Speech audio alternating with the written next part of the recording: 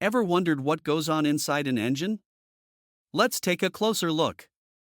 The pistons move up and down, powering the crankshaft, which then drives the transmission. Fuel injectors spray fuel into the combustion chamber, where it mixes with air and ignites, creating controlled explosions that drive the engine. The valves open and close at precise times to let in air and exhaust gases. It's like a perfectly choreographed dance of metal and fire, all working together to keep your car running smoothly. Fascinating, right?